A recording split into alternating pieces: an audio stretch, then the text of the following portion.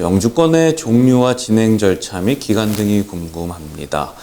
종류도 되게 많고 절차도 다 다르고 기간도 막 달라요. 그래서 한마디로 말씀은 못 드리는데, 일단은 기본적으로 영주권이라는 거는 내가 미국에 영주하겠다라는 영주권자의 자격을 받는 거를 얘기를 하는데, 결국은 두 가지예요. 영주권은 가족 이민 아니면 취업 이민, 두 가지, 크게 나누면 두 가지밖에 없는데, 우리가 지금 미국의 시민권자 가족이 있는 게 아니라 그러면은 결국은 우리는 취업 영주권을 생각을 해야 되겠죠. 그래서 취업 영주권을 우리가 본다 그러면은 1순위부터 5순위까지가 있다. 그래서 EB1 같은 경우에는 특별한 능력의 소유자, 박사님 아니면은 올림픽 메달리스트, 이제 이런 분들이 받는 거니까 사실 우리랑 좀 관련이 없고요. 그리고 EB2 같은 경우는 이제 2순위 영주권이라고 불리는데, NIW라는 거는 National Interest Waiver예요. 국익에 도움이 되기 때문에 너에게는 영주권 절차를 대폭 간소화해 주겠다. 이제 그런 절차가 하나 있고요. 그 다음에 고학력 소유자, 과학예술, 이제 능력 소유자인데, 결국은 요거는 석사학위 이상이라고 생각을 하시면 돼요. 고학력이라는 건. 그리고 NIW라는 거는 그거보다 더 위. 그래서 국가의 이익이 돼야 되는 거기 때문에 적어도 박사학위를 하시고 내가 그 분야에 선도적인 역할을 한다. 그래서 주로 페이턴트를 갖고 있는 분이라든지, 아니면은 논문을 CIS급으로 쓰셨는데 그게 인용 횟수가 100회 이상이 되신다라든지, 이제 그분들이 많이 하시는 건데, 실질적으로 이것도 우리와는 그닥 큰 상관은 없습니다. 많이 하는 영주권가든. 그러면 결국 이제 3순위 취업 영주권이 우리들이 가장 많이 사용하는 이 카테고리가 될 거고요. 4순위는 이제 이것도 약간의 이제 특수 건데, 주로 이제 종교 비자를 받아서 종교 영주권을 받는다라든지, 아니면 다른 카테고리 이제 뽑는 경우고, EB5는 우리가 많이 아시겠지만 투자 이민, 큰 금액을 투자해서 하는 경우나 아니면 리저널 센터를 통해서 하는 건데, 이건 완전히 또 다른 섹션이니까 오늘은 EB3, 전문직, 숙련직, 비숙련직 요 영주권을 어떻게 받는가에 대해서 설명을 하는 걸로 할게요.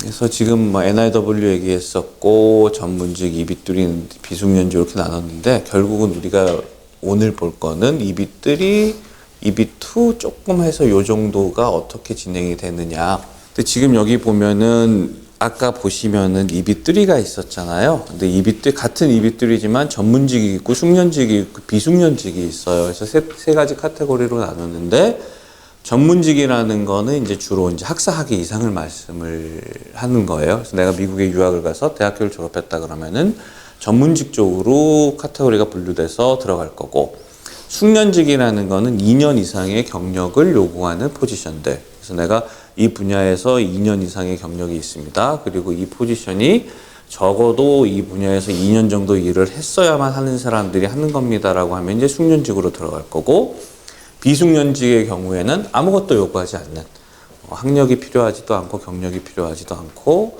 그냥 가서 일하면 할 수 있는 이제 그런 카테고리죠. 그래서 한국에서 많은 이주공사들이 예전에 닭공장을 보내거나 농장을 보내거나 했을 때 했던 것들이 바로 이 EB3 중에 비숙련직으로 많이들 이제 이민을 가셨어요. 이민을 한참 가시다가 벌써 한 6, 7년 정도 됐죠. 그때 비숙련직이 다 막혀버리는 일이 이제 한국에서 벌어집니다. 미국에서 LC 과정을 뒤에 설명을 드리겠지만, LC 과정을 진행을 하고 이민 페티션인 I-140이 승인이 나고 다시 한국으로 와서 인터뷰를 봐야 되는데, 인터뷰를 볼 때 그 당시에 비숙련직이 다 막혀버렸어요. 이유는 신뢰성의 문제. 결국은 뭐냐면, 대한민국 사람들은 대부분이 다 대학교를 졸업을 하셨는데, 대학교 졸업한 사람이 보니까 닭공장에 가서 닭을 잡으실 거예요. 아니면은 식당에 가서 서빙을 볼 거예요. 그래서 이거는 도저히 내가 믿을 수가 없다. 이거는 분명히 이민 시스템의 문제다 해가지고 그 당시에 진행했던 모든 케이스가 다 홀드가 되고, 심지어는 다시 다 미국으로 돌아가서 승인됐던 I-140가 다 리보크가 되고 케이스가 뒤집어지고 이랬었어요. 근데 최근 한 6개월 전부터, 작년부터 다시 열리기 시작을 했죠, 결국은. 근데 사실 그게 걔네들 판단으로 믿을 수 없다라는 거지만 법적으로 문제가 있었던 부분은 아니었거든요. 그래서 결국은 6, 7년 넘게 그 긴 시간이 지난 다음에 다시 풀렸어요, 지금은. 그래서 지금은 아마 또 이제 이주공사들이 비숙련 케이스를 다시 진행을 하고는 있을 텐데, anyway, 지금은 이제 전문직, 숙련직, 비숙련직이 다 진행이 가능하다. 그러면 이제 진행 절차가 어떻게 되느냐. 취업 영주권이라는 거는 결국 만들어 놓은 이유가 미국에 있는 회사가 노동자를 구하는데 구할 수가 없다. 미국에서 인력을 구할 수가 없다. 그런 경우에는 외국인 노동자를 데려다가 쓰고 그 사람한테 영주권을 줘라. 이제 이런 시스템이에요.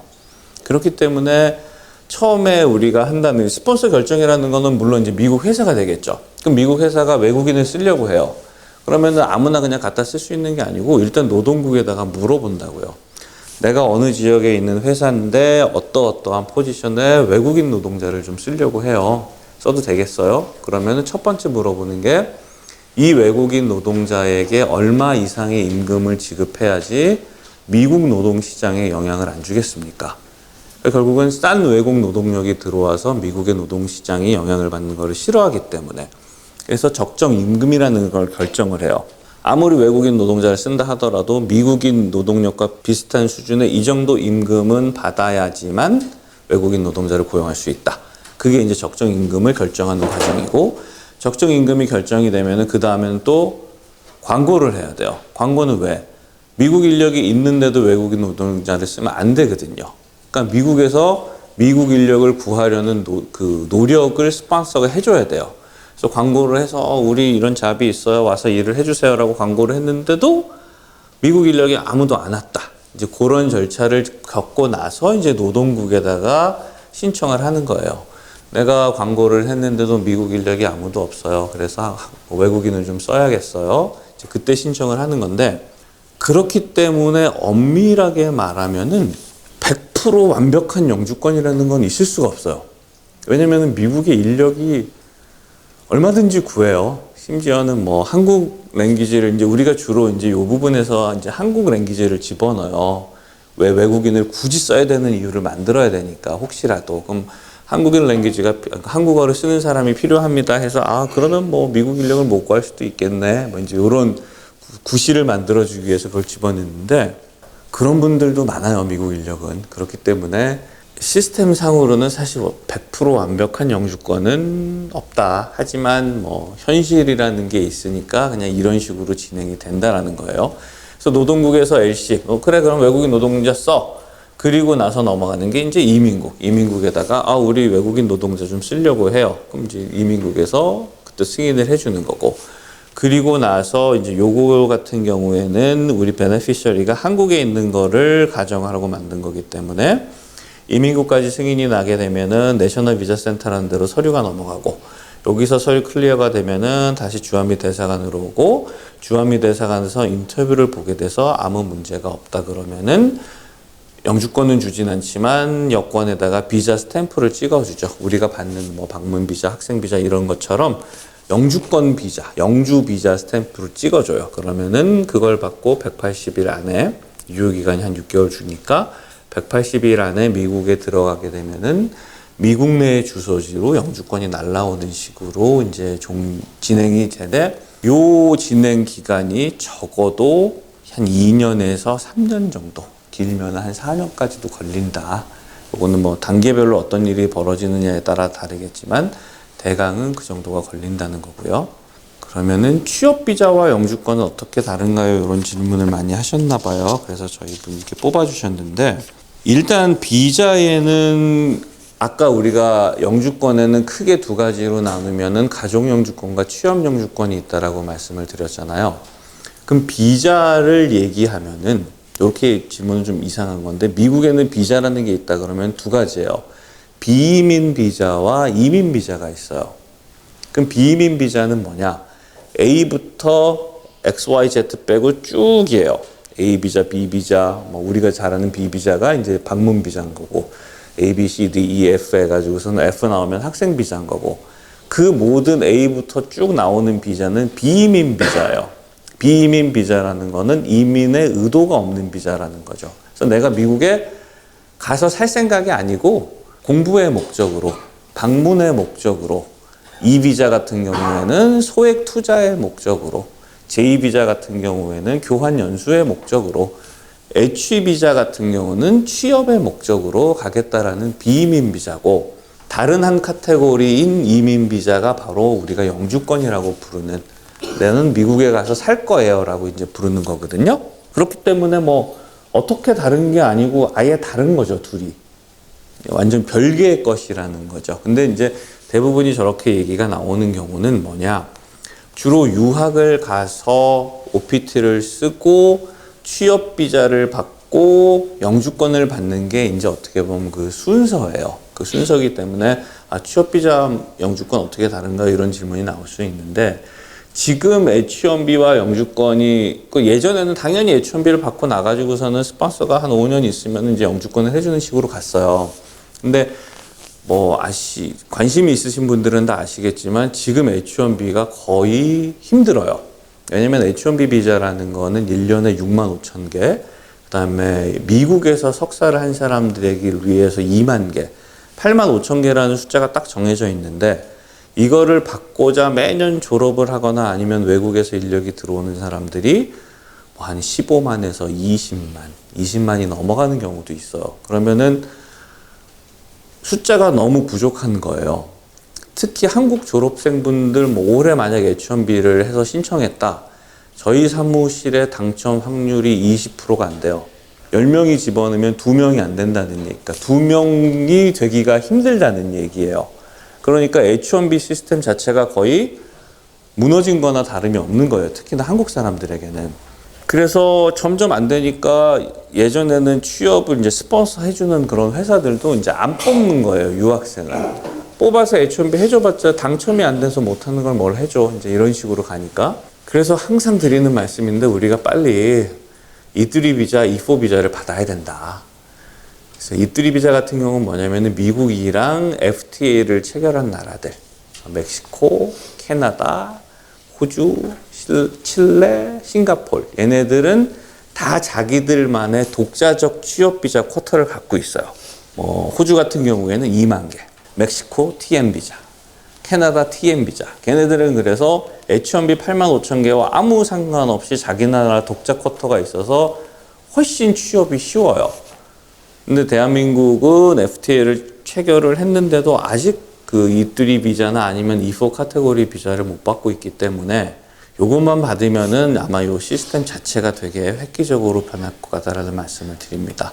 요즘 많이 하는 게 유학생의 경우 언제 어떻게 영주권을 진행할 수 있나요? 이제 제가 여기 와서 들어보니까 그렇더라고요. 이제 부모님들이 예전에는 대학교를 보내고 유학을 보내주는 것까지가 뭐 부모의 의무였다 그러면, 이제는 유학을 보냈으면은 영주권까지 받아주는 게 의무다. 왜냐면은 졸업하고 나서 취업이 너무 힘들거든요. 근데 옛날처럼 H1B가 잘 될 때는 모르겠지만 지금 H1B도 안 돼. 그러면 졸업하고 나서 OPT 1년 하면은 다 한국으로 돌아와야 돼요. 취업이 안 돼요, 취업 자체가. 그래서 그 부분 때문에 이제는 영주권까지 아이의 졸업쯤을 맞춰서 영주권을 받게끔 해주는 그런 프로그램들이 유행이다, 요즘은. 그래서 실질적으로 그런 쪽으로 많이들 하고 있다라고 얘기를 들었는데, 그럼 언제 어떻게 영주권을 신청할 수 있냐는, 유학생의 경우는 아까 우리가 카테고리를 봤지만 EB3 중에서 전문직은 안 되겠죠. 유학생이니까 졸업을 아직 안 했잖아요. 그러니까 학사 학위 이상의 학력을 요구하는 전문직은 안 되고, 그럼 두 번째는 숙련공인데, 숙련공은 경력 2년 이상의 포지션인데 유학생들이 어디서 2년 이상 일을 안 했겠죠. 그러면 그것도 안 되고, 결국은 유학생의 경우에는 이제 비숙련을 이제 생각을 할 수밖에 없는 거예요.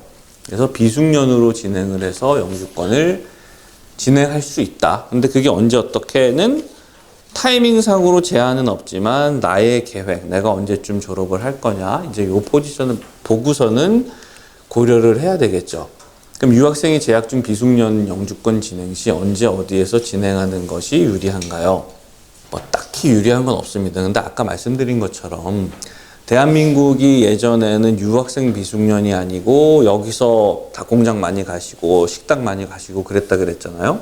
그러다가 어느 순간에 너는 고학력자가 여길 왜 가 해서 한 6, 7년 동안 막혀 있었다.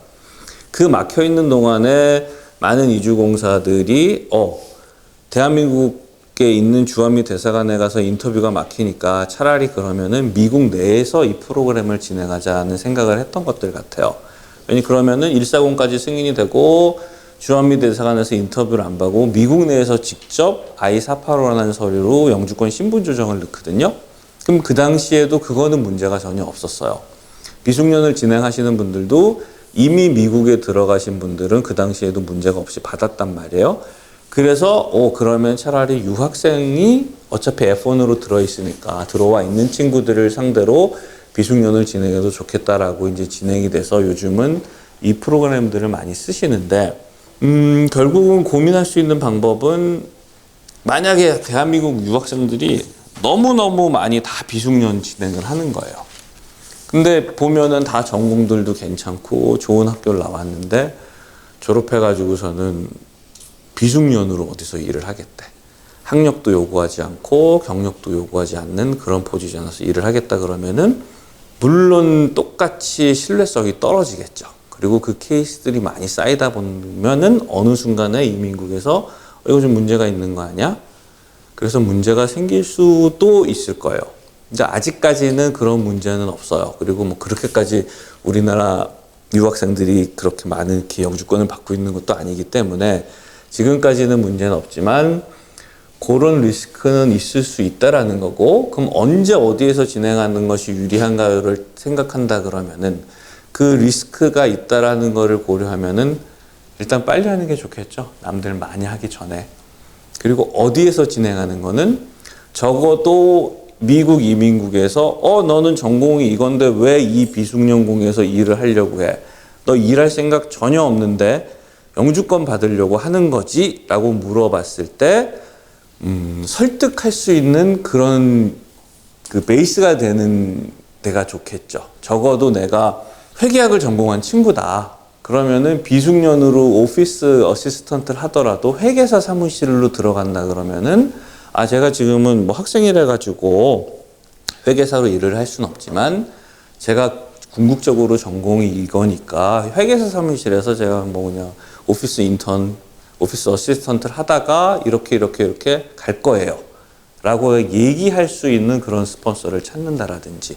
그러니까 적어도 아까 드린 것처럼 내가 영주권을 위해서만 그냥 이렇게 진행하는 것이 아니다라는 그런 그림이 나와주는 스폰서와 같이 진행하는 것이 유리하다고 생각을 해요. 그렇겠죠? 그래서 비숙련 영주권 진행 시 피해야 할 혹은 반드시 확인해야 할 사항이 있을까요? 아까 드린 말씀 그거예요. 반드시는 아니지만 적어도 처음에는 이제 그림을 그려봐야 된다. 내가 어느 시점에 대해서 영주권이 필요할 거고 그러면 언제쯤 진행해야지 그 영주권이 나올 거다. 이제 그거를 고려해야 될 거고, 만약에 인터뷰에 가서 이런 식으로 이민심사관이 너 전공이랑도 상관없고 너는 대학교 졸업해서 학사학위 나올 건데 왜 여기 가서 비숙련으로 일을 하냐? 넌 단지 영주권을 하기 위해서 이걸 했기 때문에 너와 인플로이어와 인플로이의 관계, 그러니까 보너파이드 잡 오퍼라 그러는데, 그러니까 진정 구직과 구인의 관계가 아니다. 그런 수도 있단 말이에요. 그러니까 그런 부분에 대해서 최대한 피해갈 수 있는 부분들, 그런 것들을 만들어 놓고 진행을 해야 된다는 것이 중요한 거고요. 그 다음에 요 질문들을 되게 많이 하신대요. 그러면은 사실 뭐 톡 까놓고 얘기해서 어떻게 보면은 일을 안 할 생각으로 진행하시는 분들도 계실 거란 말이에요. 그러니까 이민국이 우려하는 것처럼 사실상 나는 학사 졸업한 뒤에는 좋은 직장 갈 건데 영주권이 필요해서 일단 비숙련으로 진행을 할 거예요. 그래서 취득한 다음에 근무를 하기도 싫고 뭐 못할 수도 있어요 라는 케이스도 있지 않을까라는 건데, 결국 이민법이라는 거는 우리가 예전에 방문 비자를 받으러 갈 때나 학생 비자를 받으러 갈 때 막 서류 막 이따만큼 싸갖고 갔잖아요. 은행 잔고 증명서, 그다음에 뭐 집 문서, 뭐 별의별 거, 내가 다시 한국으로 꼭 돌아올 거예요. 가족들이 있어요. 뭐가 있어요. 근데 그런 것들을 서류를 잔뜩 하는 이유가, 이민법은 대부분의 판단 기준이 눈에 보이는 게 아니고 눈에 안 보이는 의사예요. 의사. 그러니까 인텐트. 당신의 의도가 무엇입니까? 그러니까 눈에 보이지 않는 의도를 가지고 판단하기 때문에 항상 이민법이 이랬다 저랬다 할 수도 있고 뭐 억울한 경우를 당할 수도 있고 이제 이런 부분들이 있는데, 영주권 취득 후 근무를 꼭 해야 하나요? 라는 대답을 했을 때 꼭 해야 돼요도 정답이고 안 해도 돼요도 정답이에요. 왜냐? 자, 영주권을 진행을 했어요. 그러면은 스폰서가 결정이 나고 이제 PWD가 리퀘스트하는 첫 번째 요 처음부터 영주권이 나오는 순간까지 스폰서는 나는 이 사람을 고용해서 우리 회사에서 쓸 겁니다라는 인텐트가 있어야 돼요. 베네피셔리는 조기 처음부터 요 끝까지 나는 이 회사에 가서 취업이 돼서 일을 할 거예요라는 인텐트가 있어야 돼요. 의사가. 그러니까 만약에 이 중간에 한 번이라도 나 얘 안 쓸 거야. 중간에 한 번이라도 나 여기서 일 안 할 거야 하면은 이 케이스는 없어진다고 봐야 돼요. 무효가 된다고 봐야 돼요. 근데 하지만 그 인텐트라는 거는 눈에 보이지 않는 거기 때문에 판단하기가 힘들다는 거죠. 그러면은 여기서 취득 후 근무를 꼭 해야 하나요? 처음 시작할 때부터 취득하는 순간까지는 나는 일을 하고 싶었어요. 고용주도 나를 쓰고 싶어 했어요. 취득을 하자마자 내 마음이 일을 하기가 싫어졌어요. 그러면은 아무 문제가 없다, 법적으로는. 그리고 취득을 딱 했는데 고용주가 너 이제 안 쓸래, 너 쓰기 싫어졌어. 그랬다. 그러면은 법적으로는 아무 문제가 없다. 왜? 처음부터 끝까지 우리가 인텐트를 잘 유지를 했었으니까. 근데 문제는 그게 눈에 안 보이죠. 그래서 영주권 취득을 했는데도 근무를 안 하고 아무것도 안 했다 그러면은 뭐 그거를 이민국에서 쫓아다니면서 보지는 않아요. 얘 영주권 받은 애 보자. 뭐 일 그대로 잘했나? 이런 거 전혀 팔로우업 안 해요. 그렇기 때문에 받은 후 아무도 모르겠지만 나중에 뭐 시민권을 받거나 다른 일로 이민국의 케이스가 이제 연루가 됐을 때 당신은 영주권 받고 나서 스폰서 회사에서 일을 전혀 안 하셨네요. 거기에 대해서 어떻게 설득을 하느냐. 저 일할 생각이 쭉 있었고요. 일할 생각이 있는 상태에서 영주권을 받았는데 받고 나서 고용주가 사정이 어려워서 나를 하여를 못했어요. 왠지 그렇게 설득력 있는 얘기가 없다 그러면은 그 사람이 그렇게 판단을 할 수도 있겠죠. 너는 보니까 영주권 취득 후 근무를 하루도 안 했다. 이거는 너는 처음부터 일할 의사가 없었었고 너의 스폰서도 처음부터 너를 고용할 의사가 없었었고 그렇기 때문에 너의 영주권은 무효다 라고 얘기를 할 수가 있다라는 거예요. 그래서 결국은 취득 후 근무를 꼭 해야 하나요는 꼭 해야 할 필요는 없어요. 하지만 왜 안 했는지에 대한 충분한 이유와 그리고 그 전에 내가 취득 후 근무를 하겠다라는 의사가 충분히 있었다라는 거는 보여줄 수가 있어야 된다. 이렇게 답을 드릴 수가 있겠네요.